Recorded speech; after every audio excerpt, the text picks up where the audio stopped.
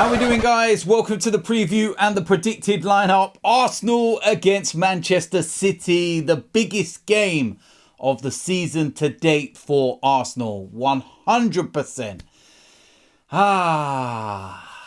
Man City.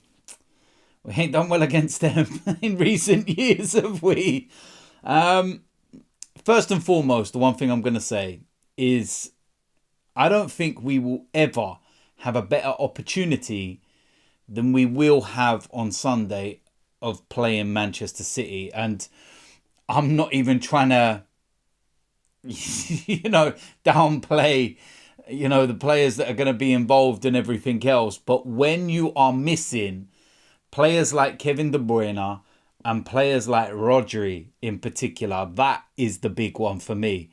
When they are missing those two players, you have to have some kind of advantage. You have to have some kind of, we've got an opportunity here. Last time out, last season, 3 times we played them, 3 defeats. I think we've lost 12 in a row against Man City, which is actually our worst run against a single team in Premier League history for Arsenal. But it's just so poor. Of course, you've got Pep, Arteta, the master, the pupil and everything else, whatever you want to call it. We were able to beat Man City in the Community Shield. I'm not including that when I talk about victories or anything else. It was penalties. It was 1-1 after normal time and everything. I think we actually played really well in that game, to be fair. But this is a league game. This is a completely different, scenario. You're looking at Man City's squad. It's ridiculous. I think it may be a little bit weaker than years gone by. I know that sounds crazy, but I've always worried about a player coming out and then you've got Riyad Mahrez, etc. And this year you don't have that. But what you do have now is a player in Julian Alvarez who's actually in better form than Erling Haaland. Sounds crazy to say, but he's actually playing so well. And I've watched some of their games lately and some of his goals is just phenomenal. He's a quality player. Of course, like I said, Rodri is missing. That is huge. Unbelievably massive. Him getting sent off against Nottingham Forest was such a boost when you knew that he was going to be missing this game. And you take the Champions League game aside because he was allowed to play in that game. The 2 games that Man City have had as part of his 3-game ban, they've lost both. They lost to Newcastle in the Carabao Cup and they lost to Wolves last weekend in the Premier League. But they are still so dangerous. What do they do on the flanks? Phil Foden, he's looking quite good. Jack Grealish, will he play?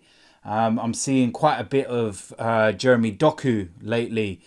He looks really good. He's raw in some of the things that he does, don't get me wrong. But his directness and his pace is frightening. He looks rapid. So it's so interesting. In terms defensively, you've got the likes of John Stones. Now, Pep Guardiola has said that he's not fit to play. He's not going to play. He's just come back from a couple of months, away with injury. And I do believe that he's, not going to start this one. But it's ridiculous, the strength in depth that they've got. And it could be anything. And the majority of their 11, what they go with on Sunday, would walk into most teams in the Premier League. There's a lot of those players that will walk into Arsenal's. And don't get me wrong, I still feel that there's a lot of Arsenal players that will walk into Man City's. That's what opinions are about, isn't it? But it's going to be so interesting. What we do as well in terms of, personnel, injuries, it's going to be an interesting one. So with that said, I'm going to go and get into the predicted lineup. Starting off in goal, David Raya. I don't think that's going to change. Was at fault for the first goal we conceded in the Champions League, but I don't think that's going to change. I really don't think that Aaron Ramsdale's going to come back in for this one. Defensively, I think that this is a very, very simple. It's one part of the, the whole, dynamic of our team, what I don't think changes. So right back, Ben White, very straightforward. Then you have William Saliba and Gabriel, again, very straightforward. And then Zinchenko, again, very straightforward. You're going into the part in front, which is where Declan Rice has been playing. Now, I would change things up. I'll get to it, don't worry. First of all, Thomas Partey.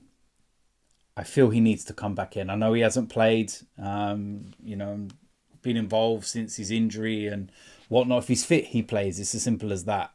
For me, he starts this game. He's so key to breaking those lines. And I feel that he needs to play. On the right-hand side, Bukayo Saka. Just listening to the press conference of Mikel Arteta and everything else, I think it's very evident that Saka's going to be fit and he's going to play.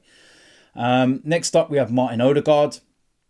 Need a big performance, need a captain's performance, massively. Alongside him, I keep referring it to the Granit Xhaka role because that's kind of the best way of referencing it from last season and the way we played, is Declan Rice. I feel that he will be able to give us that energy. I feel he will be able to give us something, in there, as well as defensively. He's got such a good engine and his recovery is ridiculous. So he will be able to double up and I feel play kind of two roles in, many respects. Get forward when he needs to, break up play when he has to, and get back and help Thomas Partey when he has to. So I'm going with Declan Rice. Now, on the left-hand side, I'd love it to be Martinelli, but I've not heard anything. And I genuinely don't think that Martinelli's going to be fit and playing unless this is some kind of tactical madness from Mikel Arteta. I don't know. So with that said, bear with me on this, okay? I'm going to go with Gabriel Jesus. Can't believe I'm doing it like this, but I have a reason behind it. So Gabriel Jesus is going to go on the left-hand side. And as the number 9, Kai Havertz, there is a method to the madness. Now, Kai Havertz has been playing in that role that I'm putting Declan Rice in. That's not his position. If he's going to play anywhere, he should play as a forward. Now, do you remember when we played Man City last year? I think it was the game at the Etihad where they literally sat on top of us. We had no out ball. We couldn't get out of the press. We were turning over second balls all the time. And it just was a shambles.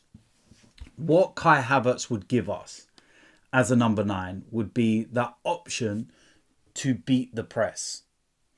Now, Man City also did it against us in one of the games last season. And I think it may have been that game as well, where when we went to press, they went up to Haaland and he was able to work and feed others all around him.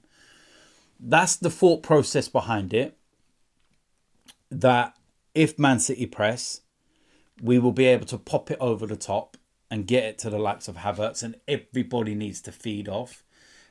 Similar in certain ways to what we did in the Community Shield, which was quite effective. Let's remember that. If Man City drop back, 5-10 yards because they don't want to get caught with the ball over the top, it will allow us to play. Swings and roundabouts. So there is a method to the madness and why I want to go with this lineup. And I feel that this lineup is more than capable of beating Man City. I genuinely do think it's more than capable of beating Man City. So there we go. That is the preview and a predicted lineup. As usual, let me know in the comment section whether you agree or disagree. What lineup would you go with? What would you change? And do you think that we can get the 3 points? That's the most important thing. So if you're new around here, hit the subscribe button, smash a like on this video, and I will see you lot soon. I'm out of here.